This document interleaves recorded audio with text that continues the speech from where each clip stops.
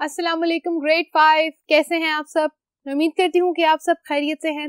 Welcome back to the English lessons. My name is Rida Khalid. बच्चों, आज हम बात करने वाले हैं step by step English grammar book के lesson number 1 and lesson number 2 के बारे में। आज हम स्टार्ट करेंगे अपनी step by step English grammar book को। तो आइए आज के लेसन को स्टार्ट करते हैं। हाँ जी, तो ग्रेड 5 आज का हमारा जो ये लेसन है ये होगा lesson number 1 and lesson number 2। हम स्टार्ट करेंगे पेज नंबर 7 से लेकर पेज नंबर 9 तक। पेज नंबर 7 और 9 पे आपका है लेसन नंबर 1। हम बात स्टार्ट करेंगे सेंटेंसेस से। हमने आज पढ़ना है कि टाइप्स ऑफ सेंटेंसेस कितने होते हैं, यानी जुमले की इकसाम क्या होती है, एक सेंटेंस के कितने टाइप्स हो सकते हैं। आइए इस बारे में बात करते हैं। सबसे पहले आपकी बुक पे ये लिखा है there are 4 different types of sentences. तो सेंटेंसेस की 4 डिफरेंट टाइप्स लिखी हुई हैं जो हमने पढ़नी है। ओके, सबसे पहली number 1, statement sentences are those sentences which tell us something. ऐसे सेंटेंस जो हमें किसी चीज के बारे में कुछ बता रहे हैं उनको हम कहते हैं statement sentences. Okay, such sentences end with a full stop. तो इनका एंड होता है एक फुल स्टॉप के ऊपर। Okay, example, Alina is leaving this afternoon. Alina आज दोपहर को चली जाएगी। तो ये बात हमें एक स्टेटमेंट किसके बारे में बता रही है? अलीना के बारे में। क्या बता रही है कि वो कौन सा एक्शन कर रही है और किस टाइम पे कर रही है। तो ये सारी बातें हमें पता चल रही हैं और एंड पे क्या लिखा है? Full stop. तो इस तरह के सेंटेंसेस को हम कहते हैं कि ये एक स्टेटमेंट सेंटेंस है। इसी तरह बच्चों ये सेंटेंस नेगेटिव भी हो सकता है। ठीक है, आप इसको ऐसे भी लिख सकते हैं, Alina is not leaving this afternoon. ठीक है, तो आप ये चीज ध्यान में रखें कि एक सेंटेंस जो स्टेटमेंट है वो पॉजिटिव भी हो सकती है और नेगेटिव भी। Okay, number 2, interrogative sentences. Interrogative. Okay, interrogative sentences are those sentences which ask us a question. Okay, तो ऐसे सेंटेंसेस जो हमसे एक सवाल पूछते हैं। Such sentences end with a question mark, और जिनका एंड क्वेश्चन मार्क भी होता है उनको हम कहते हैं इंटेरोगेटिव सेंटेंसेस। एग्जाम्पल देख लें, who are you talking to. तो हु के साथ हेल्पिंग वर्ब लगी है आर, यू टॉकिंग टू ये हमारा जो फ्रेज है, साथ ही साथ एंड हो रहा है क्वेश्चन मार्क पे। तो हमें ये बात पता चल गई कि ये क्या है, एक क्वेश्चन। समझ आ गई? तो ऐसी स्टेटमेंट जो क्वेश्चन की सूरत में लिखी जाती है इनको हम क्या कहते हैं?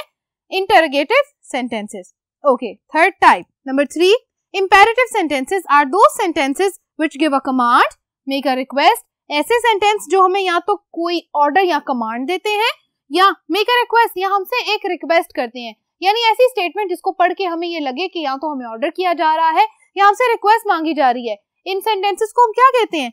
imperative sentences। Okay,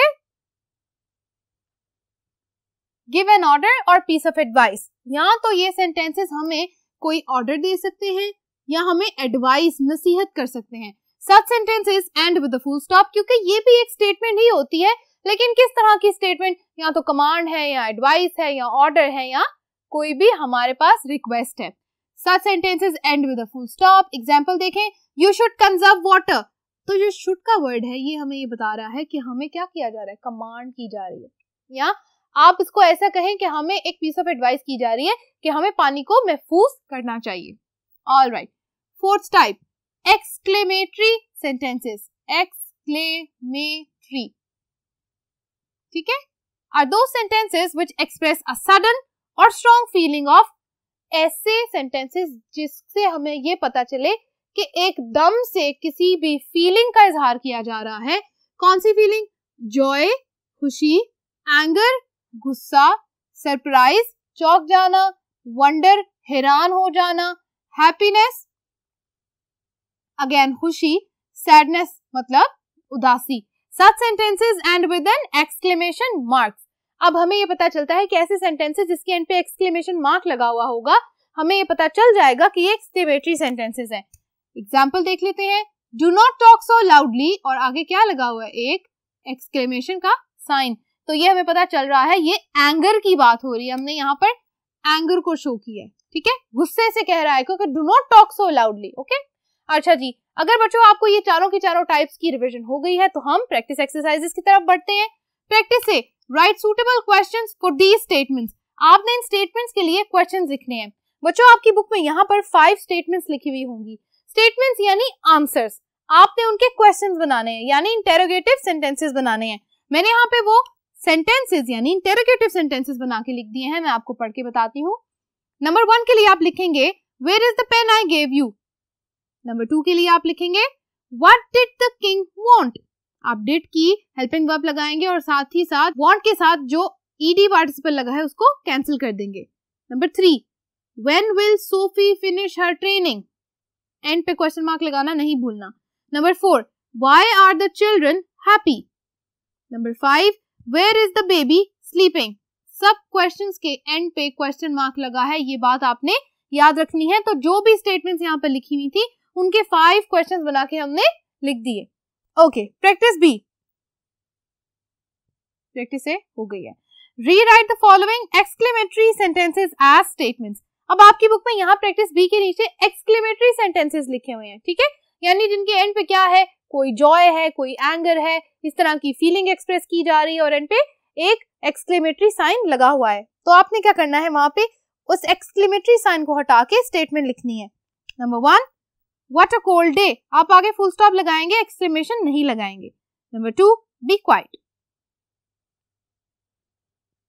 number 3 how proud I am to hear that you have topped the entrance exam. No exclamation mark, सिर्फ क्या लगाएंगे, एक full stop. Number 4 what a miracle, full stop. Number 5 alas his mother is no more. तो ये सारे के सारे sentences कोई ना कोई फीलिंग तो बयान कर ही रहे हैं, लेकिन हमने क्या करना है, हमने एक्सक्लेमेशन मार्क हटा के एक इसको स्टेटमेंट बना देना है। Okay, alright. Practice C write suitable statements for these questions. तो ये जो क्वेश्चंस लिखे हुए थे उनके लिए हमने क्या करनी है, स्टेटमेंट्स बनानी है। अब क्वेश्चन के आंसर्स लिखने हैं, बहुत इजी है, इस काम को भी कर लेते हैं। ये देखें, आंसर्स मैंने लिख दिए हैं, स्टेटमेंट्स बना के मैंने लिख दी हैं। I returned from London a week ago। आपने क्या करना है, अपनी बुक में जो क्वेश्चन लिखा है उसके नीचे इस स्टेटमेंट को लिख लें। Number 2 Mrs. Bond has gone shopping। Number 3 Yes, I have finished reading the book। एक बात मैं आपको बता दूं बच्चों, यहाँ पे चाहे तो आप किसी भी क्वेश्चन का आंसर पॉजिटिव स्टेटमेंट में दे सकते हैं यानी yes के साथ, या आप नेगेटिव भी लिख सकते हैं। तो आप yes की जगह लिख दें No, I have not or haven't finished reading the book। Number 4 yes, she makes ceramic pottery। तो आप yes की जगह no भी लिख सकते हैं। She doesn't make, आप s नहीं लगाएंगे, make ceramic pottery। Number 5 no, I haven't seen the movie The Jungle Book। आप no की जगह yes भी लिख सकते हैं। Yes, I have, आप nt नहीं लिखेंगे, I have seen the movie The Jungle Book। ठीक है बच्चों, यहाँ तक हमारी ये एक्सरसाइज खत्म हो गई। लेसन नंबर 1 भी यहाँ खत्म होता है बच्चों। हमने मिलके आज कर लिया लेसन नंबर 1 और उसकी सारी प्रैक्टिस एक्सरसाइजेस। बहुत ही आसान था, हमने रिवीजन भी कर ली और ये सारे काम आप अपनी नोटबुक में साथ साथ करते जाएं। ऑलराइट, अब बात हम करेंगे लेसन नंबर 2 की, which is also very easy, बहुत आसान है। हम पढ़ने जा रहे हैं सेंटेंसेस के अंदर पार्ट्स ऑफ अ सेंटेंस। एक सेंटेंस के कितने पार्ट्स होते हैं, आइए इसको देखते हैं। एक सेंटेंस का पहला पार्ट होता है सब्जेक्ट या नाउन, और यहाँ पर नॉर्मली क्या आते हैं, नेम्स। नाउन्स के साथ प्रोनाउंस भी आते हैं। नाउन्स होती हैं, प्रोनाउंस होती हैं, और कौन सी, नेम्स की। ऑलराइट, दूसरी बात होती है वर्ब की। वर्ब या साथ उसको हम कहते हैं एक्शन, और इसी के साथ हम लिखते हैं हेल्पिंग वर्ब्स। ऑलराइट, और थर्ड और लास्ट बात क्या होती है जी, ऑब्जेक्ट। तो ये ऑब्जेक्ट भी नाउन्स ही होते हैं, लेकिन कौन से नाउन, थिंग्स और प्लेसेस। ठीक है, तो ये बात हमें पता चल गई कि एक सेंटेंस के 3 मेजर पार्ट्स होते हैं, सब्जेक्ट, वर्ब एंड ऑब्जेक्ट। तो आज हमने इसी से रिलेटेड करनी है 2 प्रैक्टिस एक्सरसाइजेस। तो बच्चों हमें ये पता चल गया कि एक सेंटेंस के 3 मेजर पार्ट्स होते हैं और इसी से रिलेटेड हमने करनी है यहाँ पे लिखी हुई 2 प्रैक्टिस एक्सरसाइजेस। बहुत ही आसान है, ये काम मेरे साथ अपनी बुक पे सॉल्व करते जाएं। प्रैक्टिस से complete the sentences by writing a subject. आपने एक सब्जेक्ट लिखना है, नाउन भी लिख सकते हैं, प्रोनाउन भी लिख सकते हैं, नेम भी लिख सकते हैं। Okay, number 1 dash caught the thieves, police, police caught the thief. Number 2 dash broke the glass, किसने तोड़ा जी glass, I broke the glass, या आप लिख सकते हैं शीना ब्रोक द ग्लास, किसी का नेम लिख दे। नंबर 3 dash bought a car, okay आप लिख सकते हैं my father bought a car. Number 4 killed a snake, the boy killed a snake.